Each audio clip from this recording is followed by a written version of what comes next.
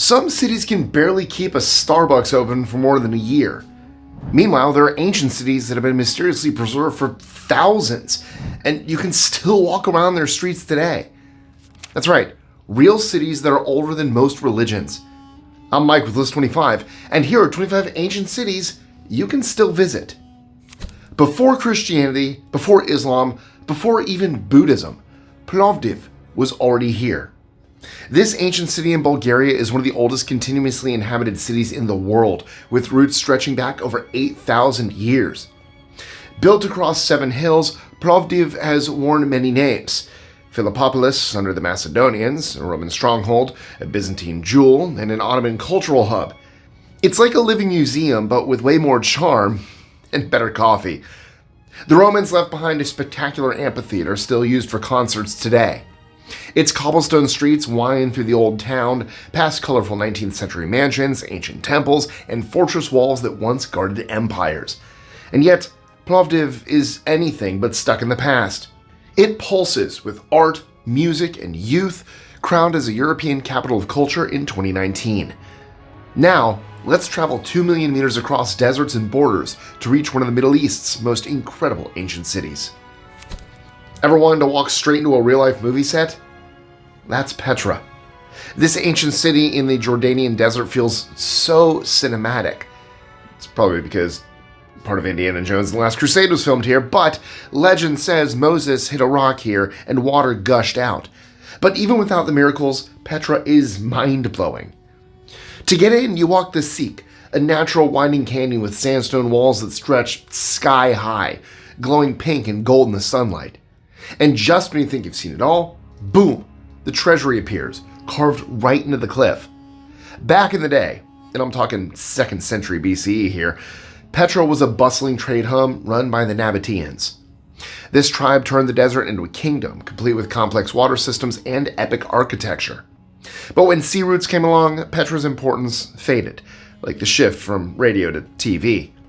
Then it also lost its relevance after being hit by an earthquake in 363, and much of the city was sadly abandoned. It wasn't until 1812 when Swiss explorer Johann Ludwig Burckhardt snuck in, pretending to be a Muslim pilgrim, that Petra was rediscovered. Now the city is one of the world's most Instagrammable ruins, and totally worth the trip. Let's move on to another city that's worth the cost of the tourist ticket. Ever wonder where the Ark of the Covenant is? Again, except for, in the first Indiana Jones movie. Some people believe it's locked away somewhere in the ancient city of Aksum.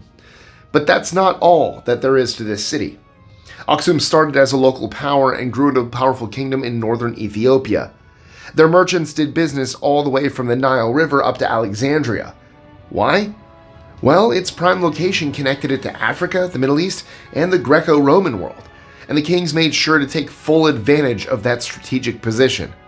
Today, the ruins of Aksum, dating from the 1st to the 13th century CE, are a must-see tourist spot.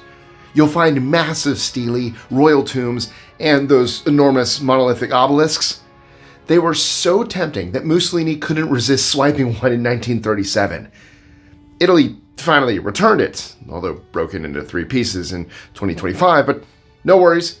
It was restored and re-erected in 2008. And as for that Ark legend, the Church of Our Lady Mary of Zion, right in Aksum, claims to house it to this day. A single guardian monk is said to watch over it, and no one else is allowed to see it. Mysterious? Absolutely. Proven? Not quite. But it sure adds to Aksum's appeal. And speaking of recovering lost monuments, this next city has a rather interesting story. Around 3,400 years ago, King Akhenaten did something wild. He ditched his name, his religion, and his capital in Thebes. But it gets crazier. He built a brand new city, Akhetaten, dedicated to the sun god Aten, alongside his wife Nefertiti. But immediately after Akhenaten's death, his son, Tutankhamun, took the throne and also walked away from whatever his father was trying to do.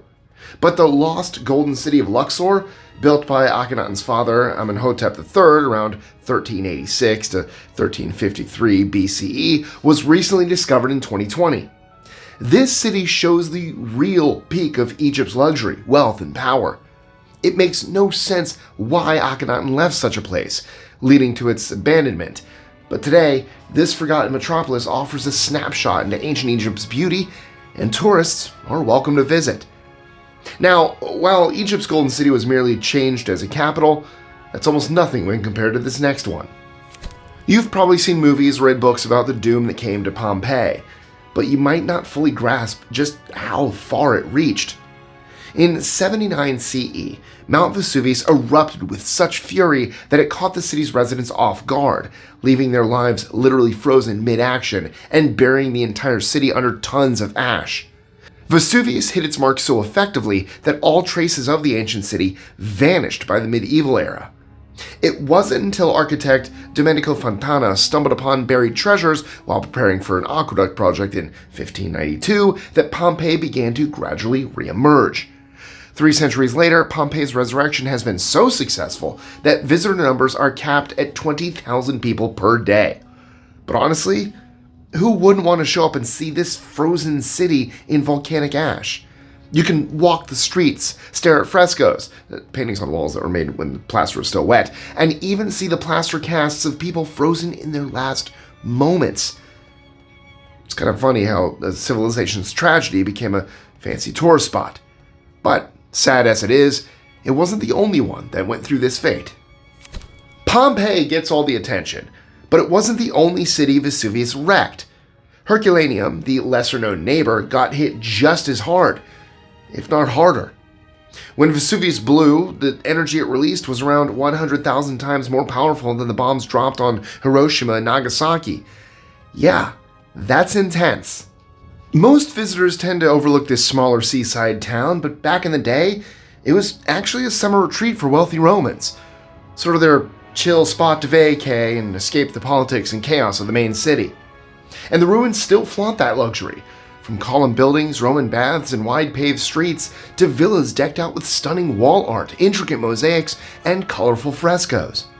The eruption didn't care how fancy you were. Vesuvius came for everyone.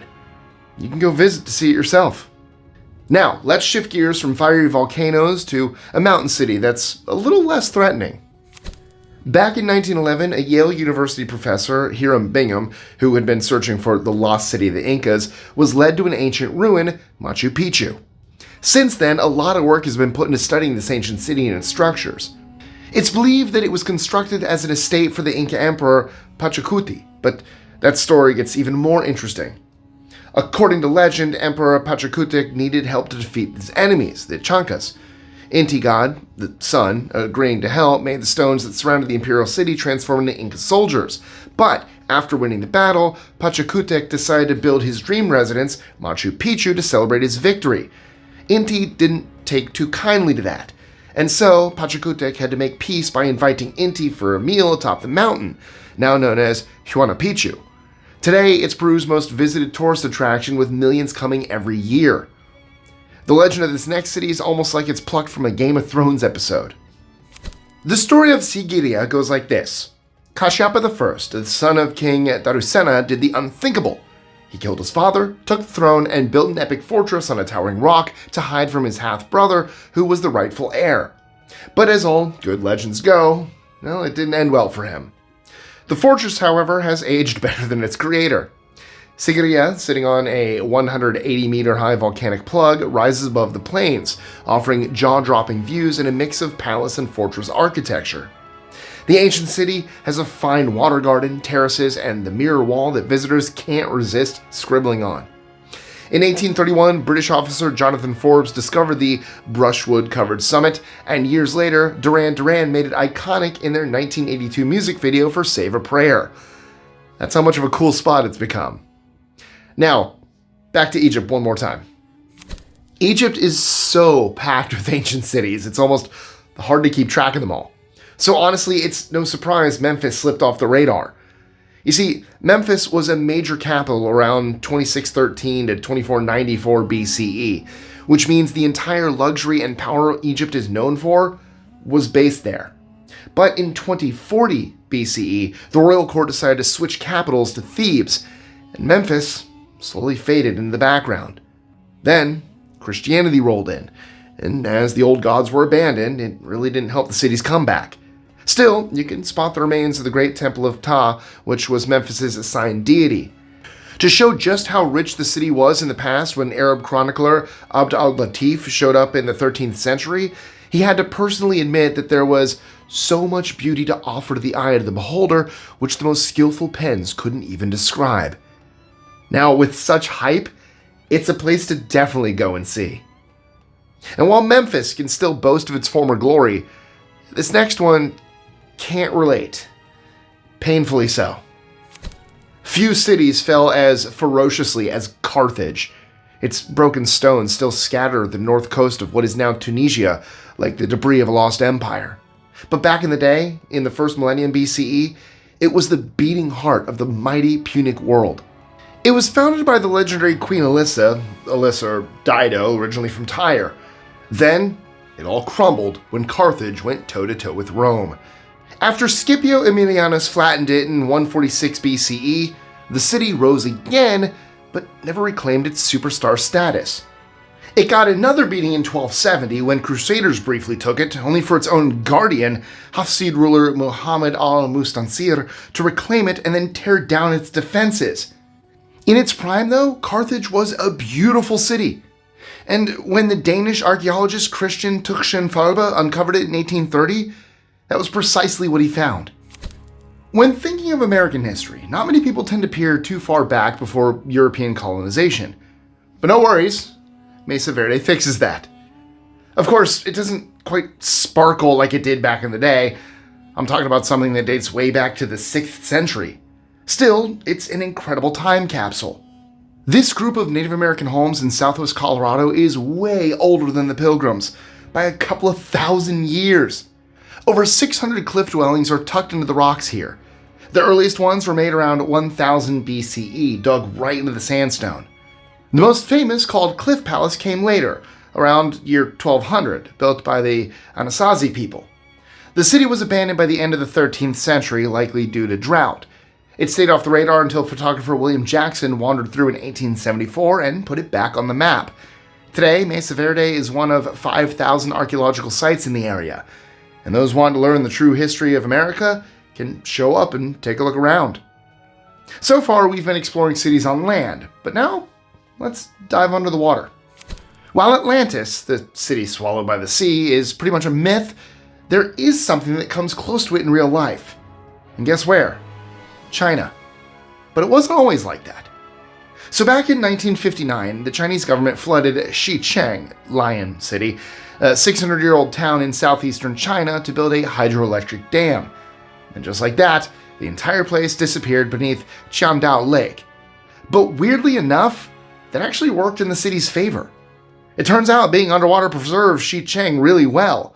You could still see its wide streets, big building complexes, and hundreds of stone archways carved with lions, dragons, and phoenixes. The whole shebang.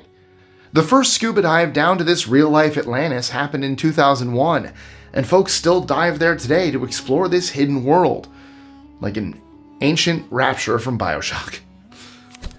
Angkor might be the most famous lost city that was never actually lost. It's kind of hard to misplace something that sprawls over 1,000 square kilometers and was likely the biggest pre-industrial city on Earth. This jungle-shrouded megacity was the capital of the Khmer Empire, which ruled over much of Southeast Asia from the 9th to 15th centuries. Founded in 889, it hit its architectural peak with the jaw-dropping Angkor Wat, a massive Hindu temple so grand, its reflection alone could be a postcard. Eventually, things fell apart. A mix of invasions, religious shifts, and the usual historical chaos led to Angkor being abandoned by 1431. Nature stepped in, and the trees took over. Sure, a Portuguese friar may have stumbled on it first, but it wasn't until Angelina Jolie came swinging through one of its sites, Ta Prohm in Lara Croft Tomb Raider, that Angkor fully cemented its pop culture comeback. The Arykandans had a bit of a reputation in ancient texts. They were said to be heavy drinkers. And honestly, the archaeology kind of backs that up. Thousands of ancient wine bottles have been unearthed here. So much of a historic legacy. Arykanda was constructed in levels into the mountainside near Turkey's Mediterranean coast. So as you climb, new ruins pop into view. Baths, theaters, gymnasiums. It's like a visual treat. Some of the structures date back to the 5th century BCE, but what really sets Arykanda apart is how ridiculously good looking it is, especially with its spectacular setting above a river valley. When visitors arrive, they find the city well preserved. This is because it's in a remote location and was abandoned quite early. While Arykanda introduced us to its drinking citizens, this next city offers something much richer and more refined in its history. You know when rich folks get a pet project to flex their wealth, like buying a sports car or a yacht? Well, the royal crew of the Vijayanagar Empire decided to go big and build a whole city. Hampi, the capital, is basically the ultimate wealthy, princely city. Built between the 14th and 16th centuries in the southwest Indian state of Karnataka, the princes went all out with it. It had everything: royal complexes, temples, pillared halls, and stone chariots, which are actually shrines. But as expected, all that glitz attracted some serious envy. In 1565, the Deccan Muslim Confederacy raided the city, and it was abandoned soon after. Still, around 1,600 structures are standing strong, and they're in incredible condition. The ruins are a glimpse into how ridiculously lavish life was back then. Hampi might have fallen, but it's still flexing its royal history. In the southwestern region of Asia is a 5,000-year-old civilization that still refuses to tell historians what it was all about. That's Harappa. This ancient Indus Valley city thrived for over 1,000 years, and yet no one today can read a single word of its mysterious script. But when experts aren't banging their heads over the undeciphered symbols, they're marveling at what the city did leave behind. Unlike most ancient cities that housed 10,000 people max, Harappa had nearly 50,000. And no, it wasn't cramped. This place stretched over 900 miles along the shimmering Indus River and unfurled in all directions. Now, there were no palaces, temples, or statues of long-forgotten kings. Harappa was just humble brick homes with flat roofs. But don't let the minimalism fool you. This city had a citadel, strong defensive walls, streets laid out in a perfect grid, and advanced drainage systems the Romans hadn't even thought of at the time. Archaeologists quickly realized they weren't just uncovering ruins, they were brushing the dust off a simple civilization that somehow was ahead of its time. Today, Harappa might not have Instagrammable cliffs, but its seeming simplicity will leave you in awe. So back in 1972, a family of looters chasing a wild turkey through Colombia's jungle stumbled upon something wild: stone steps climbing into the mountains. About 1,200 steps later, they found an ancient city hidden in the Sierra Nevada. That city? Ciudad Perdida, or Lost City. It turns out it was built around 800 CE by the Tairona civilization until it was abandoned in the 16th century. There are over 169 circular terraces, stone roads, and plazas, all carved into the lush mountainside. But then tourists weren't so popular in this location, especially after conflict in the region led to 8 foreign tourists being kidnapped in 2003. By 2005, with the Colombian army securing the area, hiking reopened. And today, it's a 4-day jungle trek that rewards travelers with untouched beauty and deep history. Amarna was a whole new city built just to prove a point.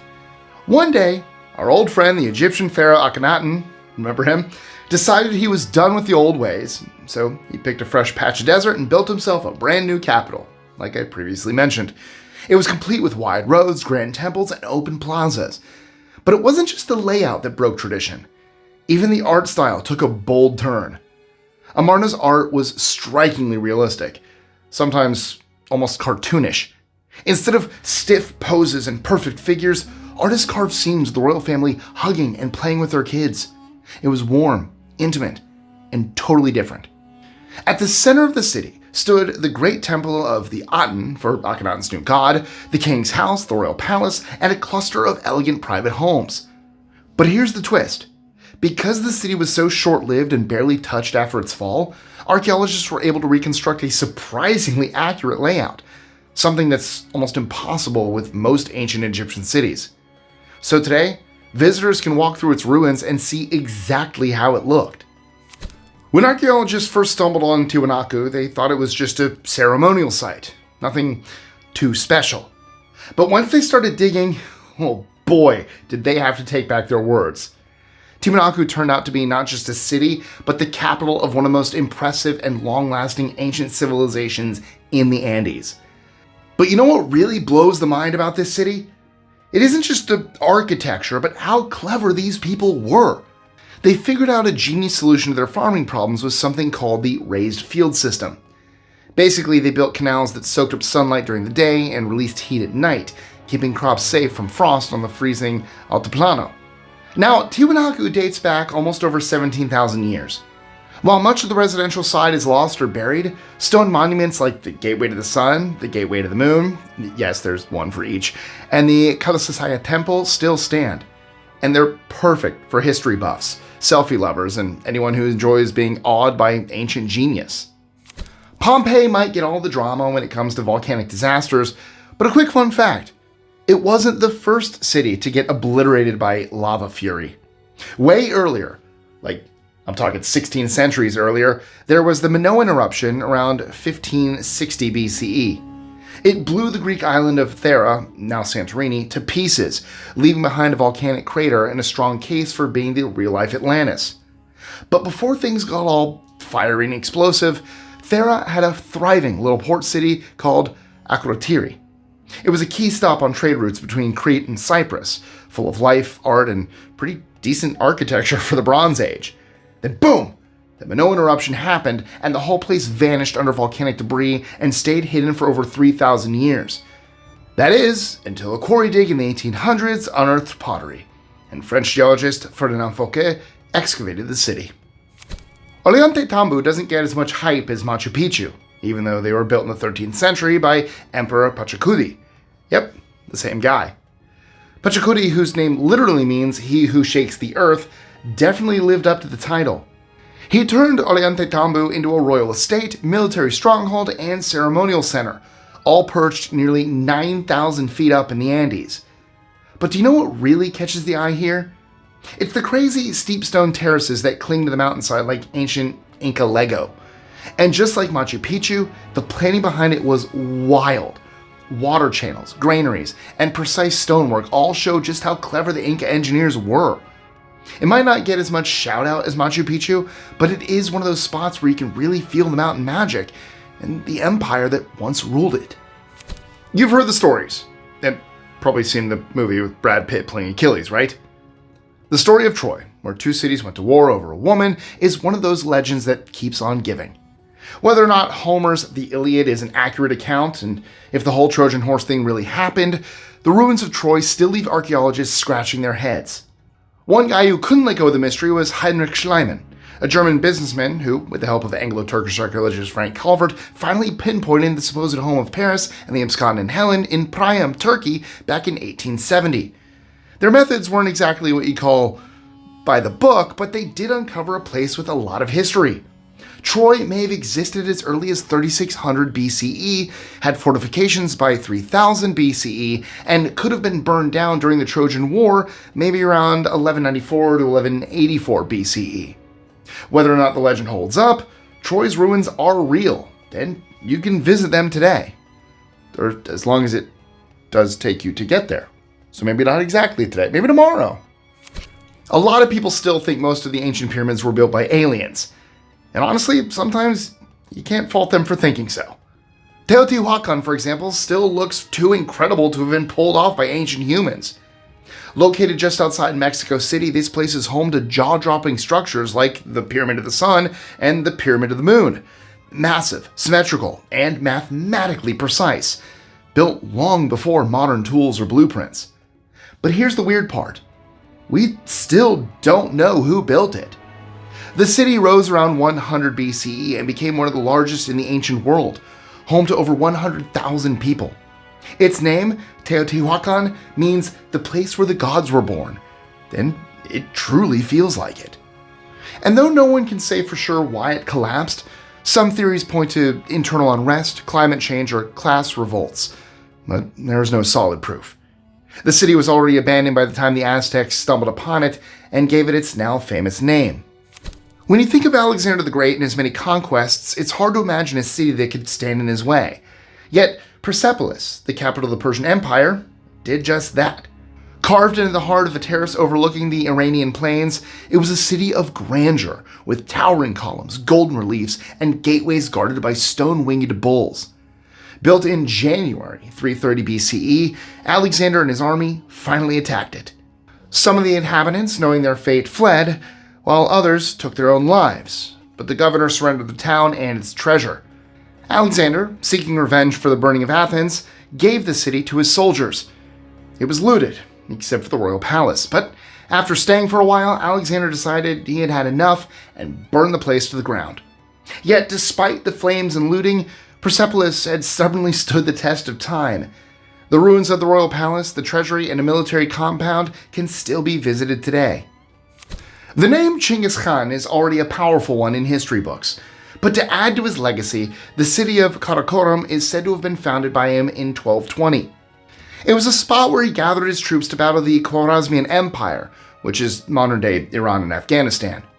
After Chinggis Khan's death, his successor Ogedei Khan quickly built up the city, and it became the capital of the Mongol Empire from 1235 to 1260.